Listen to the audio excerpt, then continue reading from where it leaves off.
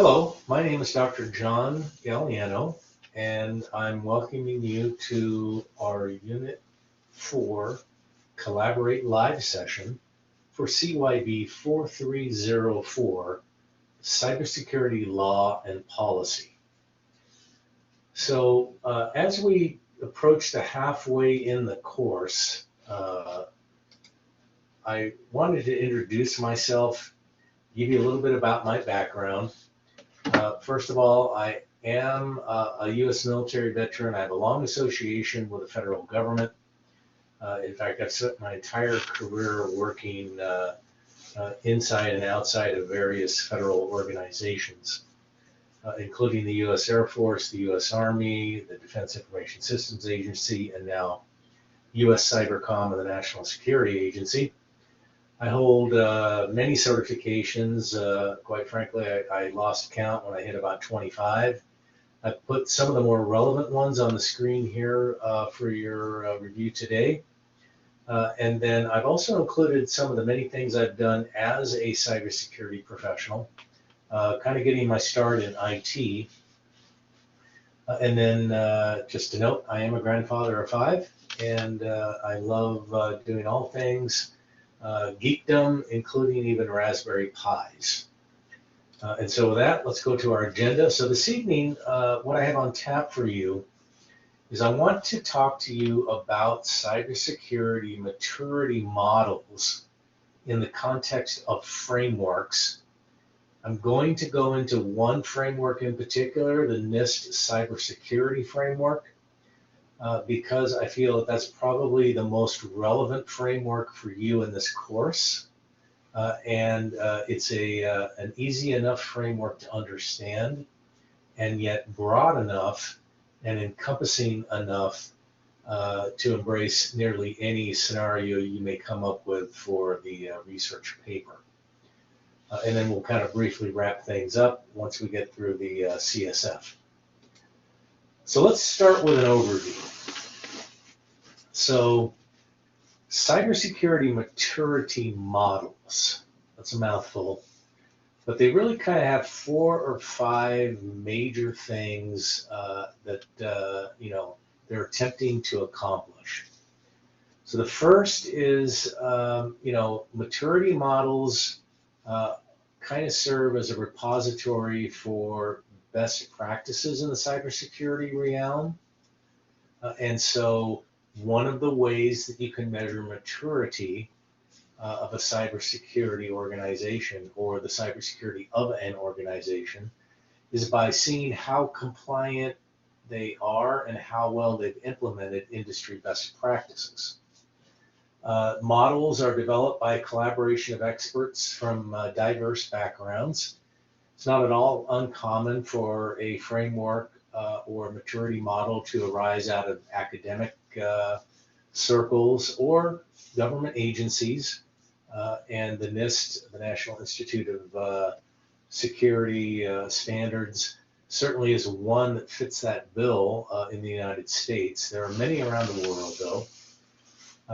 And these models, they have to take into account not only the size of an organization, but also knowledge, skills, abilities. Some people would encapsulate that as capabilities, and the relative experience level of the organizations that will use the model.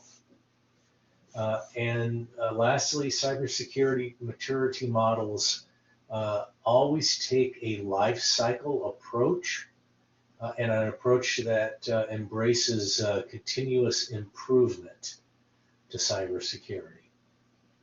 Now, what do cybersecurity maturity models actually do? Well, they're constructed to help organizations, number one, meet the rigors of the confidentiality, integrity, and availability, or the CIA model, right? And one of the most important aspects of that when it comes to a customer-facing component is providing services without interruption, right? So when you go to your local county or state website and you want to pay your water bill or your mortgage taxes, you expect that service to be available for you to get that task done. Second, protecting sensitive and proprietary information. Sometimes it's intellectual property, sometimes that's customer information, sometimes that's internal databases, trade secrets, copyrights, trademarks, all those things. And then we shouldn't forget that another reason that cybersecurity maturity models and frameworks exist is to help organizations comply with statutes, regulations, and other guidance that govern, their operations as an organization. All right, so that's a bit of an overview. Let's now talk about cybersecurity maturity models and try to provide a conceptualizing graphic here that may help you kind of wrap your head around these models. So, as we've said, the CMM, these various models, they really kind of provide a structure or a framework to help organizations baseline their current capabilities. And that helps in all manner of things like workforce planning, a way to evaluate structures for audits, ways to document compliance, and it stretches even to defending and maintaining the infrastructure. The CMM then also becomes an important management tool, and the tool can help identify gaps, shortfalls, areas of improvement, and where resources need to be applied in order to achieve, goals and improvements in the organization. Now, most do take kind of a top-down approach with this inverted triangle, and we've got five levels, if you will, right, starting from the bottom, and the arrow coming up the side shows you that there is an increasing amount of planning, effort, and investment required to attain and maintain that level of maturity. So kind of the first level, and these are generic terms here, is just initial, right? What is your baseline? What is your security posture? How do you compare to other organizations within the same sector or even country? And what is it that you're going to do and measure, and how are you going to figure all these things out, kind of? And then once you get past the initial level, you get into the developing level, right? So you've kind of figured out where you're at and where you want to go. So now you're developing plans and mechanisms in order to get there. The next level up is a level of defined and maintenance. And what that really kind of speaks to is the fact that you've defined your plan, you've defined your goals, you've defined how you're going to maintain the progress that you've made up to that point. The fourth level of maturity is one of management and review. So you've kind of largely attained what you set out to do, but you need to review that to make sure that you don't have any blind spots, what worked and what didn't, and how you can best manage that level of complexity and maturity. And then finally, the last level of maturity is one in which you're optimizing. So you've attained that highest level of cybersecurity maturity, but of course, as with anything, you can certainly optimize that. You can tweak it. You can improve upon it as the nature of your business changes or your customer base, grows. You need to do things to optimize that. And I'll just, as an aside, say that a lot of the kinds of things you'll do in optimizing are not unlike what we do in IT, right? We try to automate anything that we have to repeat. And this kind of goes hand in hand with, like DevOps and DevSecOps in this kind of day and age. So hopefully that helps conceptualize these various levels. Now, this is extremely generic because we're kind of explaining cybersecurity maturity models so that it can be applied to any particular framework or model. But just keep in mind that, as the maturity increases, we also have to ramp up the amount of planning, effort, and investment to attain and maintain those levels of maturity. All right, with that, let's talk just a little bit about cybersecurity maturity models and a history of how they came about, because it's always important to understand where you came from. So we probably all realize that cybersecurity as a discipline, as a sector, as an industry, as a profession is extremely new.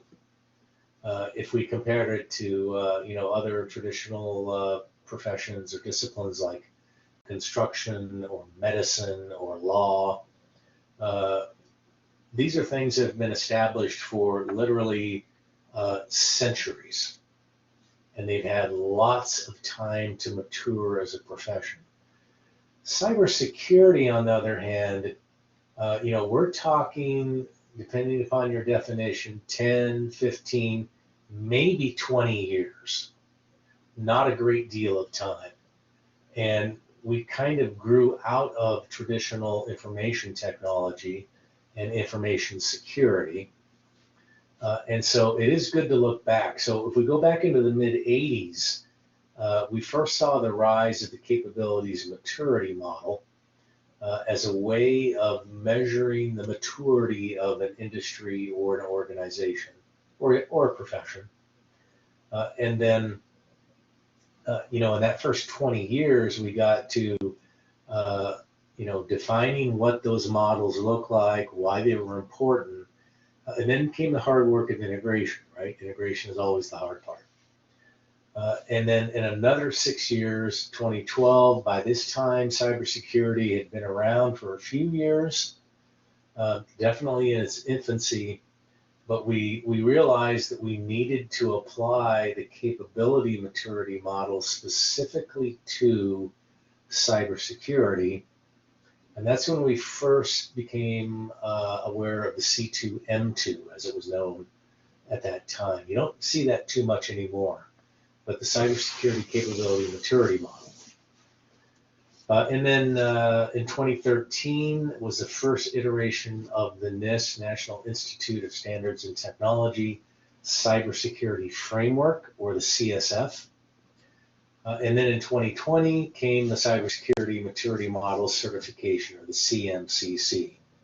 If you're at all connected with the DoD, you may be aware of that because we are trying to move all contracts and contractors and vendors to the CMCC. So it's gotten a lot of attention, a lot of press, and it has caused, I'll even say, a degree of angst among industry partners.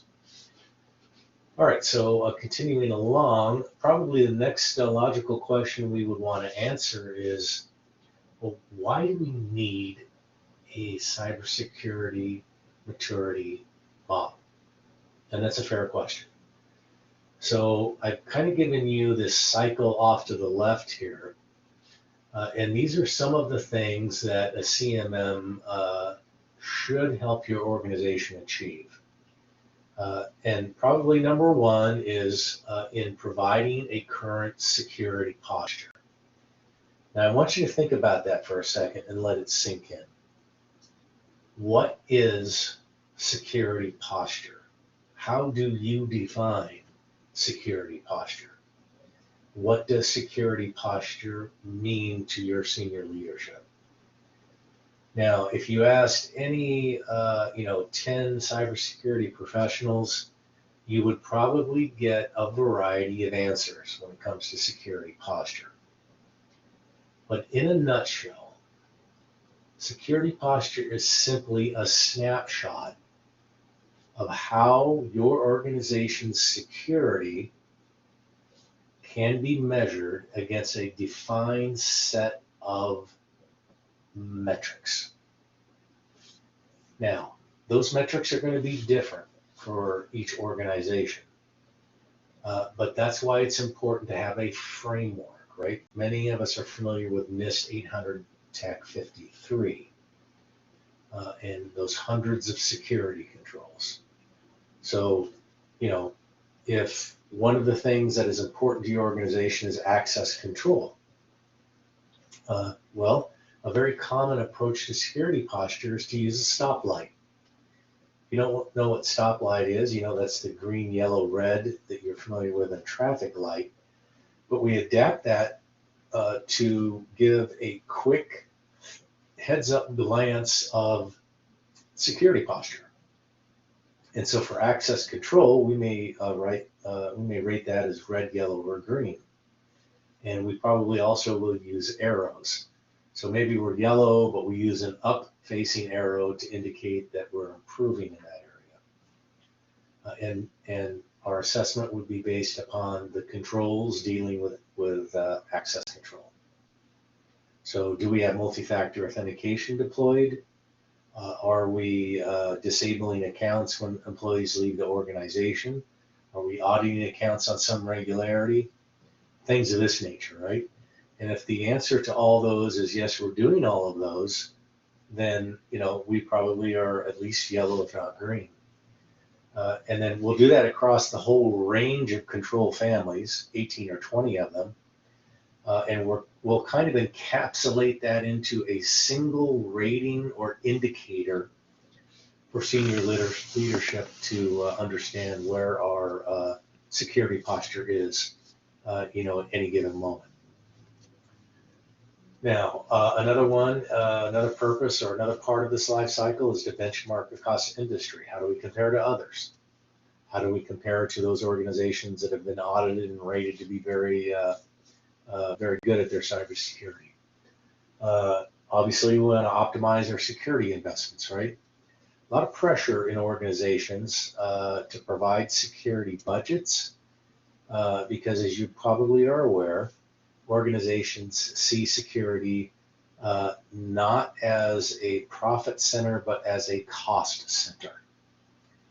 And so you're going to find that you're going to have to compete for resources. Competing for those resources is not going to be easy. And unless you have a framework that can help you articulate your requirements, it's going to be difficult. Balancing a portfolio of cybersecurity capabilities and concerns, requirements, laying out a security strategy and roadmap, and then really, kind of helping your chief information security officer or chief information officer to communicate security in plain English to your board, or at least the senior leadership. So let's just talk real quick about continuity of service, right? So that's that kind of component of the CIA that I mentioned was availability, right? So probably the scourge of many organizations over the past few years has been ransomware attacks. And if you don't know what a ransomware attack is, that's where an adversary will enter your environment, gain access to your proprietary important information, and they'll encrypt it. Then they'll flash up messages on your machines telling you, hey, your stuff has all been encrypted. If you want to get it back, pay this ransom by this certain point in time. It's usually a very short deadline. And basically, your organization is dead in the water when it comes to your computer operations and your data unless you do something. Now, hopefully, you're prepared for a ransomware attack, and you can recover by restoring your systems, restoring backups, implementing disaster recovery procedures, and so on. Not all organizations are. Sometimes they have no choice but to pay the ransom. In fact, not far from me, the city of Baltimore government famously paid an $18 million ransom a couple of years ago after they failed to restore their systems and had no choice but to bow to the demands of the ransomware gang. And for months, they were unable to bill people for their water. And then all at once, people got these huge balloon payments that were due for their water bills. It's quite a mess. I have one example up here of a private hospital in 2016. Now that's 8 years ago or 6 years ago. Basically, they were not prepared for a ransomware attack. All their computer systems were basically locked out. They couldn't get into their data, their medical records. The hospital famously had to revert to literally doing business with pen and paper. Easy thing to say, but when was the last time you tried to completely conduct your operations using pen and paper? I mean, think about it. When was the last time you saw carbon paper? I'm willing to bet at least one of you in this course doesn't even know what that is. We used to put these sheets of carbon paper in between pieces of paper so that when we wrote something, we'd have multiple copies when we got done. Yeah, it's barbaric. And so in this situation, the hospital, they had downtime. They couldn't maintain patient data records. In another incident, a rural hospital had to replace their entire computer network because they were unable to recover from backups. They couldn't afford the ransom. And doctors were unable to review patient records, medical histories, transmit laboratory orders, prescriptions. And you think about everything that a modern healthcare organization is relying upon in a digital sense, and it's debilitating when a ransomware attack hits a hospital. In fact, often hospitals, if they cannot cope with the attack, they have to transfer their patients elsewhere because they can't care for their patients without their systems. So, it can be a life-threatening situation. And so, continuity of service is a big reason why your organization needs a CMM. Protecting information is another. So healthitsecurity.com recently reported that 10 healthcare sector data breaches that they surveyed accounted for almost 3 million patient records being compromised. Now think about that for a minute. Would you want all of your private health data just to be stolen by a cyber adversary and potentially released or dumped to a dark web or sold, to the highest bidder? Absolutely not, right? I mean, there's stuff in there that, only you share with your doctor. You don't want that getting into the wrong hands. And so that's why protecting information is so important. And if you've never read the Verizon Data Breach Incident Report that comes out each year, I highly recommend you at least skim that each year. So the 2021 report had several eye-opening gems in it.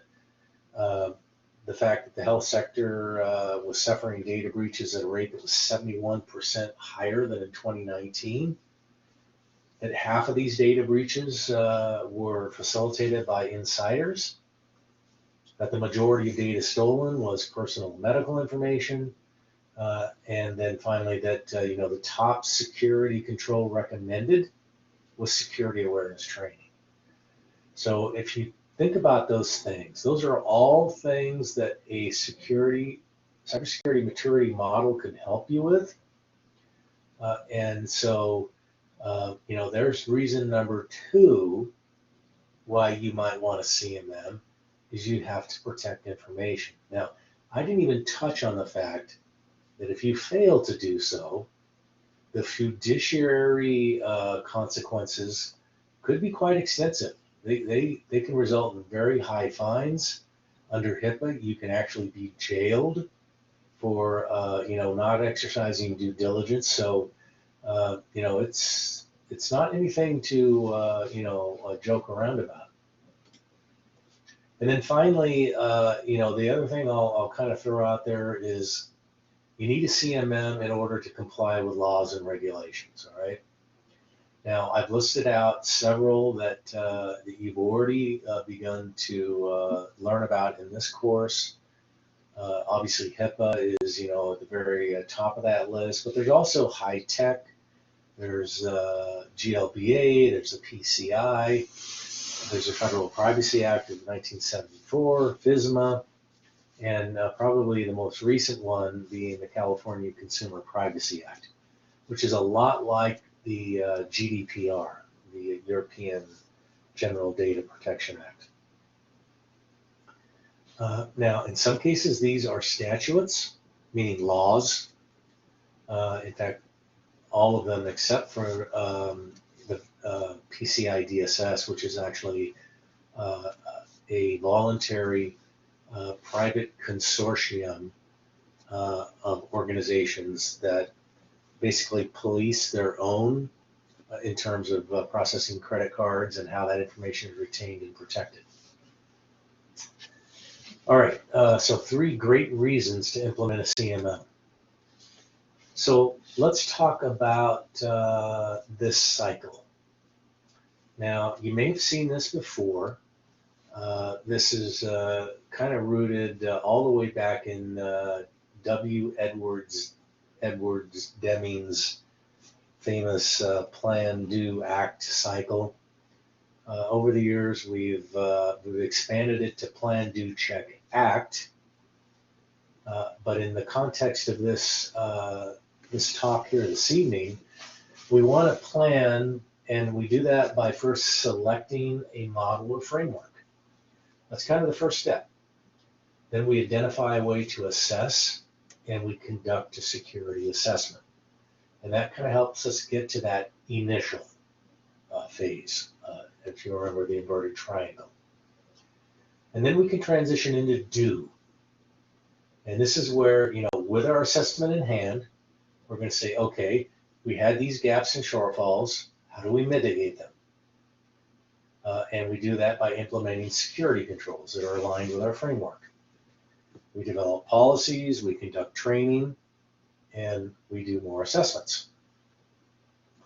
And that comes when we move into the check.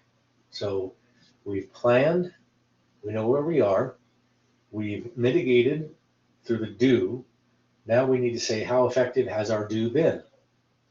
So we will verify our security controls. Did they work? Were they effective? How effective were they? And if they didn't work, why not? What did we miss? We'll do self-assessments. And then as you kind of move up that inverted triangle, we will ask an unbiased third party to come in and verify what we say we have done. Now, I'll give you a real good example of this. I worked for a federal agency several years ago, and I was their information security officer. And we, every couple of years, I think it was every 2 years, we had a FISMA audit, a Federal Information Security Act audit. And the act and the implementation, our maturity level required that we had an unbiased third-party validator.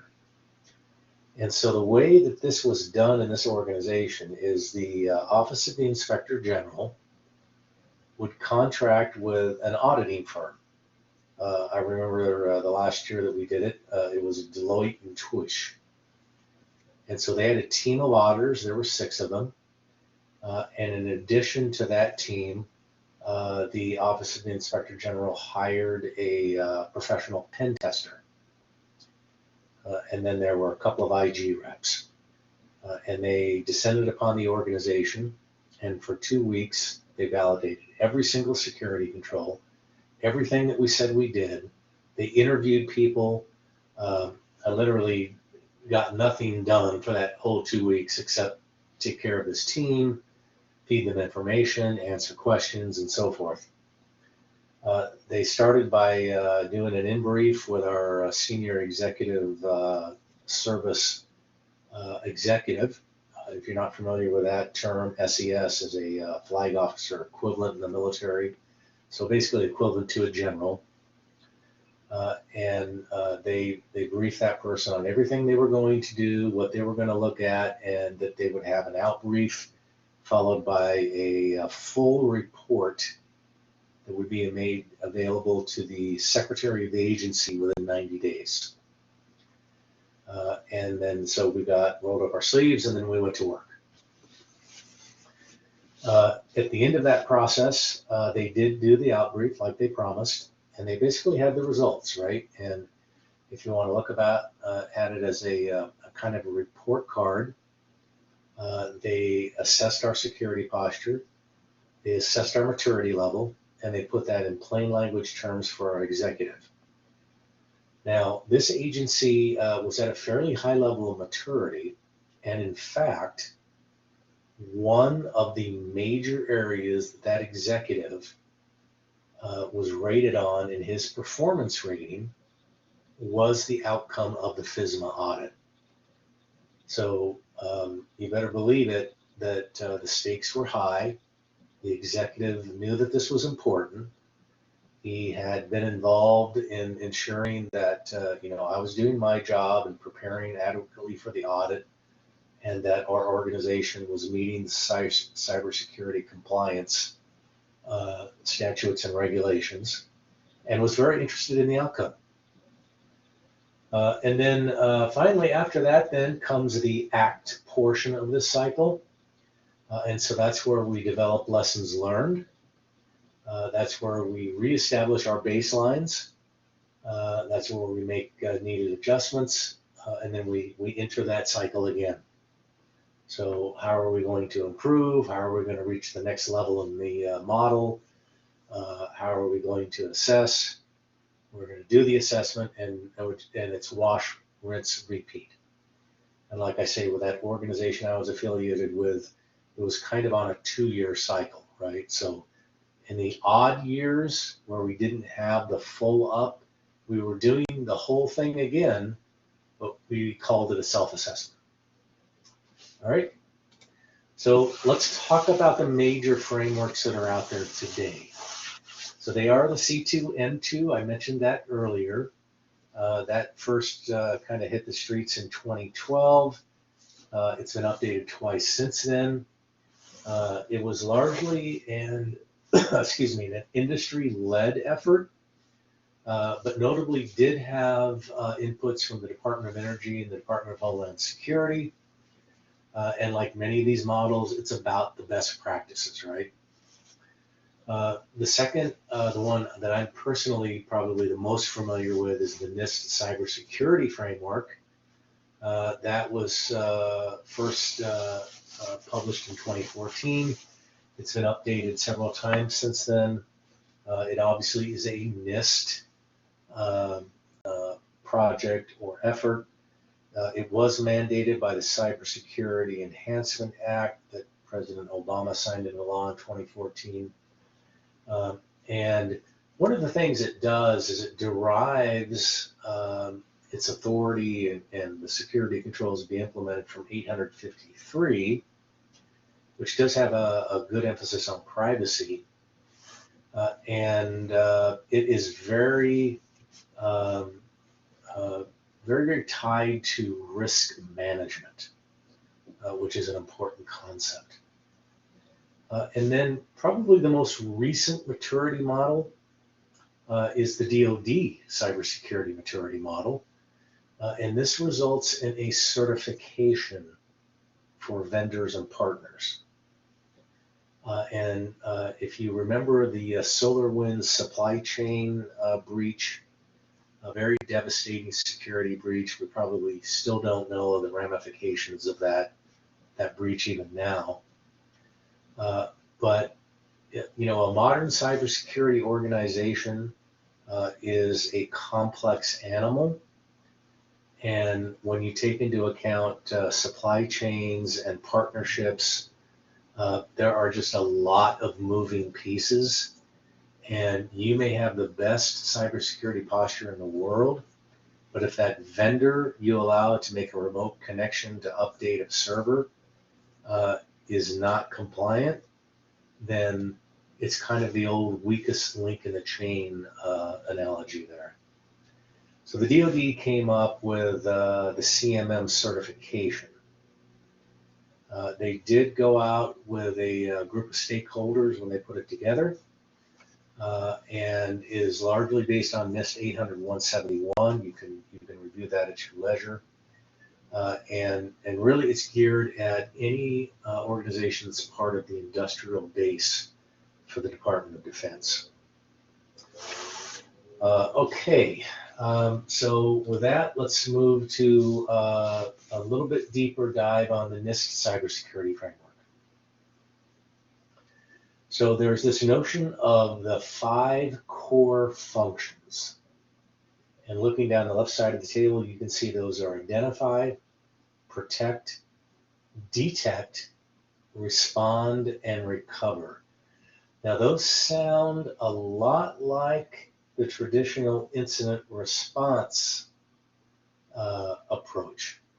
So it may resonate with you at this point in time. And they really are kind of close to that, right?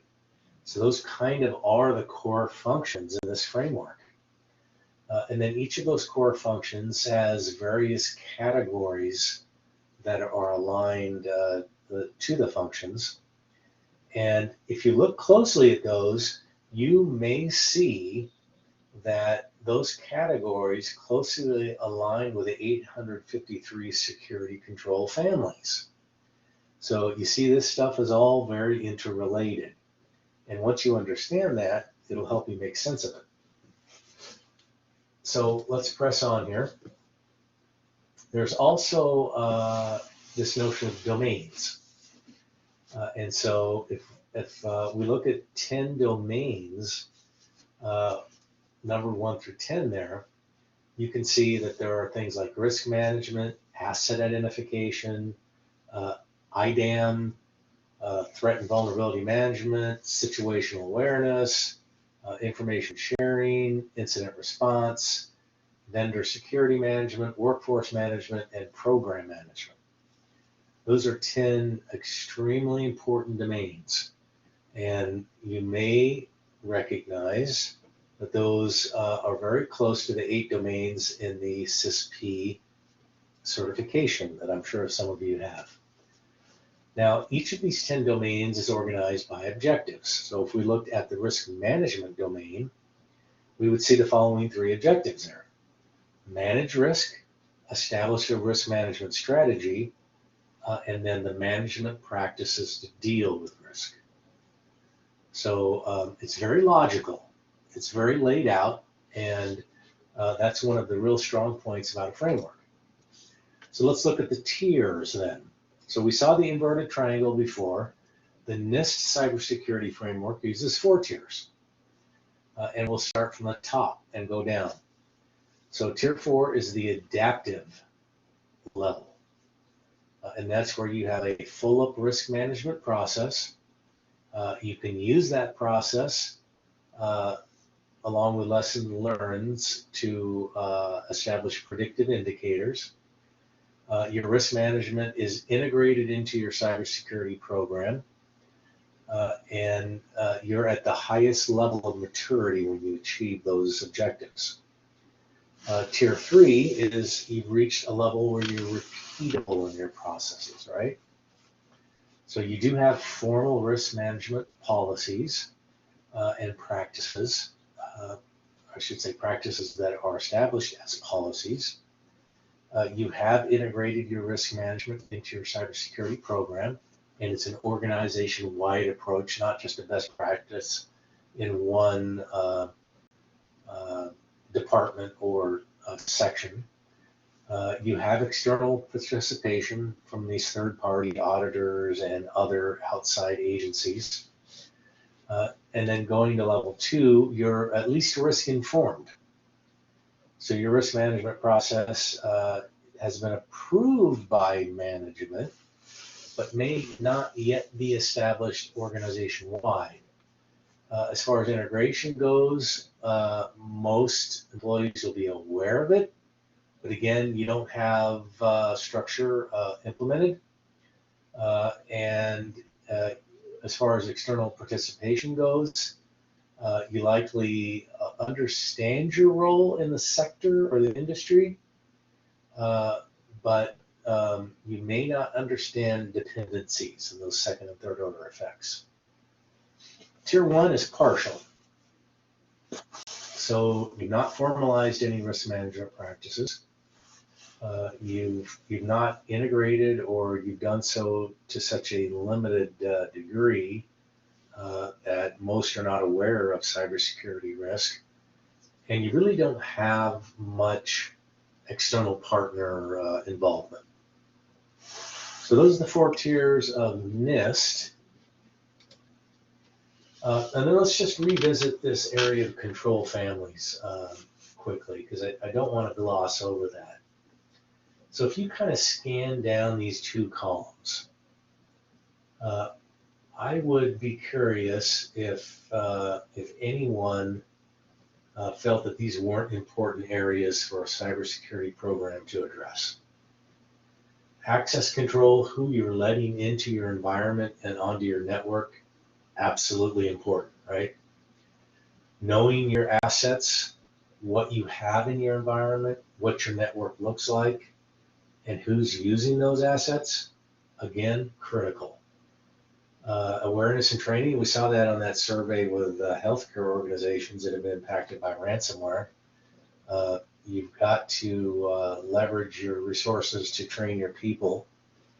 Configuration management, yeah, you have to know what's done and why, and those management configuration changes have to be approved.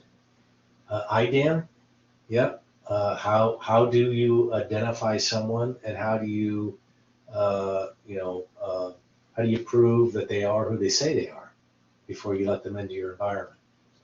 Incident response, you've got to be able to recover when you get breached, and you will. Maintenance, media protection. I mean, all of these items, right, are critically important to your maturity level, the overall security posture, and protecting your data. So let's look at some top 10 best practices.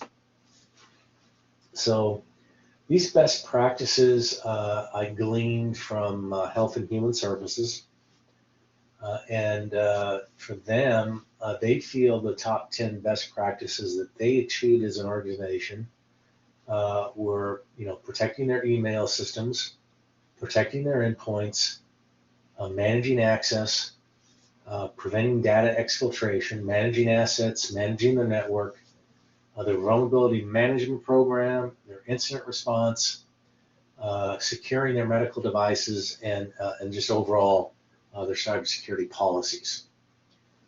Now, each of those is aligned to a specific regulatory control family. And for HHS, it comes from their 405D regulation. You could easily apply these to these same areas within the NIST 853 control families. So I would challenge you in your organization, try to come up with a list of what you think is your top 10 best practices, and think about including something like this in your research project. So let's do a quick summary. Cybersecurity maturity models, they are an attempt to formalize cybersecurity best practices. They're developed typically by collaboration of experts. They have to consider, the differences in size, knowledge, skills, abilities, resources, and experience levels. And they always take a life cycle, continuous improvement kind of an approach. These models help organizations to guarantee availability to their customers, protect the confidentiality of information, and comply with statutes and regulations mandated in many cases by law or industry practices. And then, kind of as a roll-up statement, I'll say there is no uniform industry, probably not even a sector-wide cybersecurity maturity model. I gave you 3 common ones. Those are by no means the only ones. But the takeaway here is that that's okay. Not everybody has to use the same model. Not everybody has to use the same framework. Use one that's recognized by your particular sector or industry. I would be very hesitant to choose a model or framework that's not used by the majority of organizations in your industry, unless you have some compelling justification to do so. And just recognize the fact that by collaborating with your peers and across your industry, you will find there are many resources in implementing these models and frameworks. And so with that, I'll entertain any questions. And while you think about questions, I'll say, great job in the course so far through the first 4 units. I appreciate your diligence. I appreciate your attentiveness, the hard work you put into the course. I've tried to give you targeted feedback to make this course worthwhile so that you can get the maximum benefit out of it. And so I look forward to your strong work in the remaining 4 units as we close the course out. And with that, I'll give you back about 8 minutes of your hour. I appreciate your participation, and I will make this recording available for your viewing in the future. Once again, thank you, and enjoy your final few weeks in the course.